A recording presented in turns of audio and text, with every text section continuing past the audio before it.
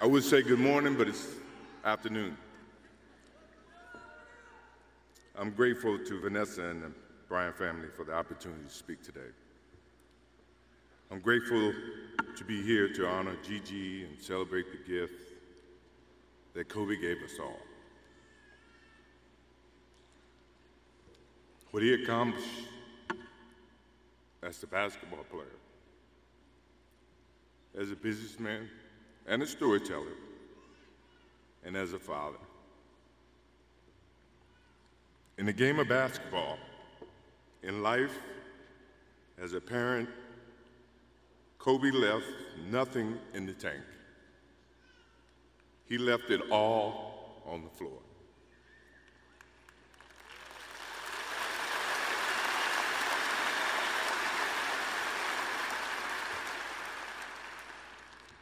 Maybe it surprised people that Kobe and I were very close friends, but we were very close friends. Kobe was my dear friend. He was like a little brother. Everyone always wanted to talk about the comparisons between he and I just wanted to talk about Kobe.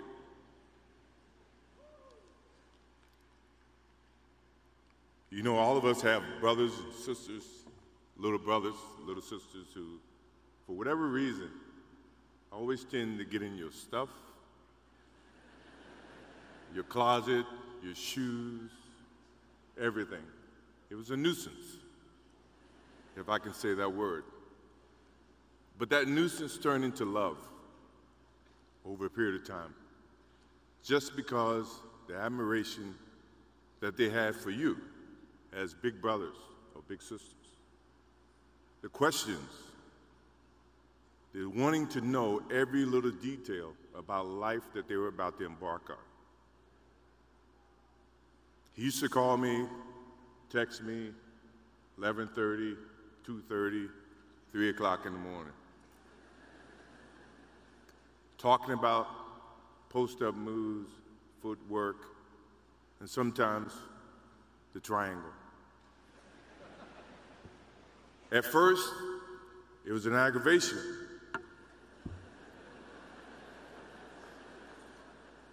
But then it turned into a certain passion. This kid had passion like you would never know. And it's an amazing thing about passion.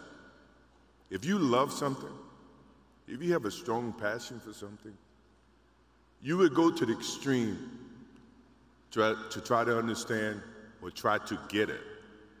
Either ice cream, Cokes, hamburgers, whatever you have a love for. If you have to walk, you would go get it. If you have to beg someone, you would go get it. What Kobe Bryant was to me was the inspiration that someone truly cared about the way I played the game or the way that he wanted to play the game.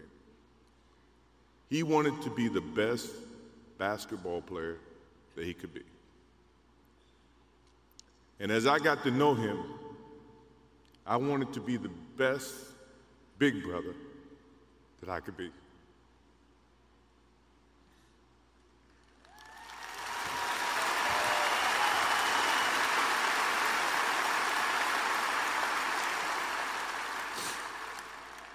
To do that,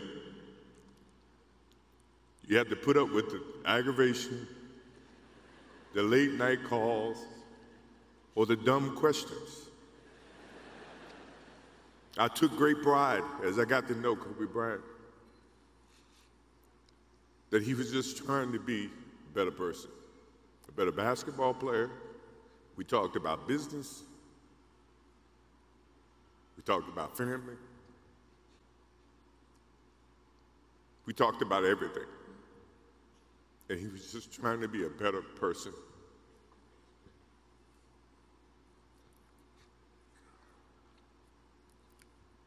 Now he's got me. I'll have to look at another crime meme for the next.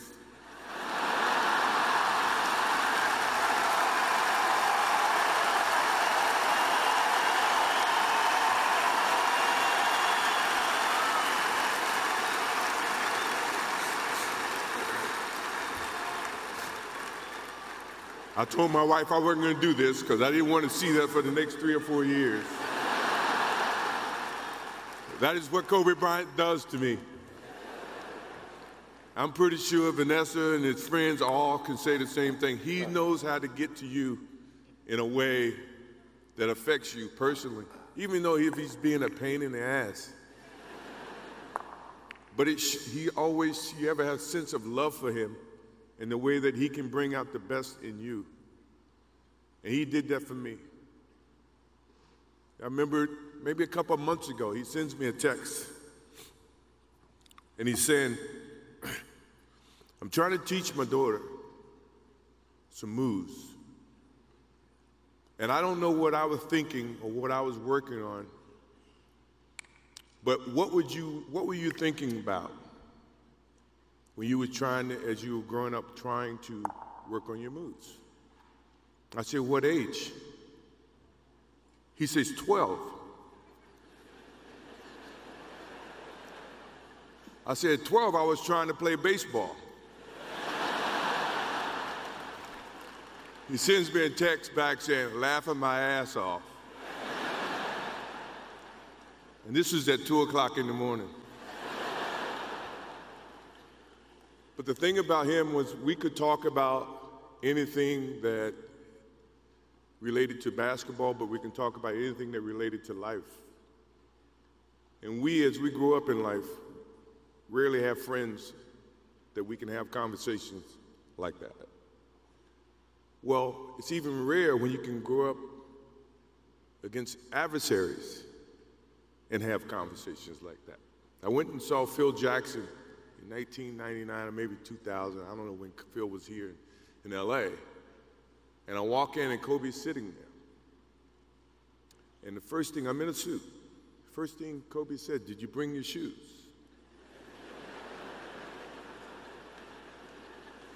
No, I wasn't thinking about playing. But his attitude to compete and play against someone he felt like he could enhance and improve his game with. To me, that's what I loved about the kid. Absolutely loved about the kid. No matter where he saw me, it was a challenge. And I admired him because his passion, you rarely see someone who's looking and trying to improve each and every day, not just in sports, but as a parent, as a husband. I am inspired by what he's done and what he shared with Vanessa and what he's shared with his kids. I have a daughter who is 30 who just became a grandparent. And I have 2 twins. I have twins at 6.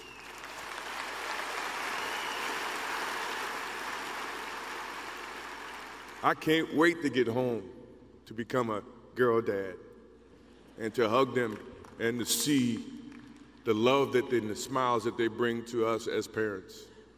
He taught me that just by looking at this tonight, looking at how he responded and reacted with the people that he actually loved.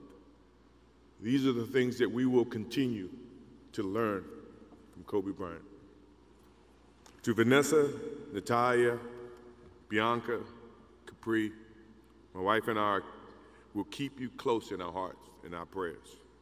We will always be here for you, always.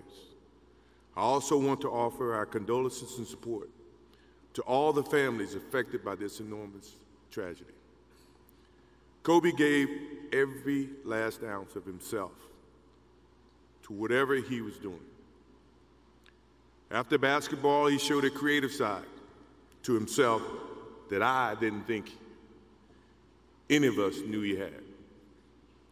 In retirement, he seemed so happy.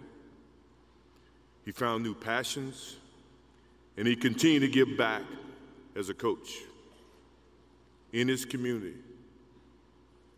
More importantly, he was an amazing dad, amazing husband, who dedicated himself to his family and who loved his daughters with all his heart.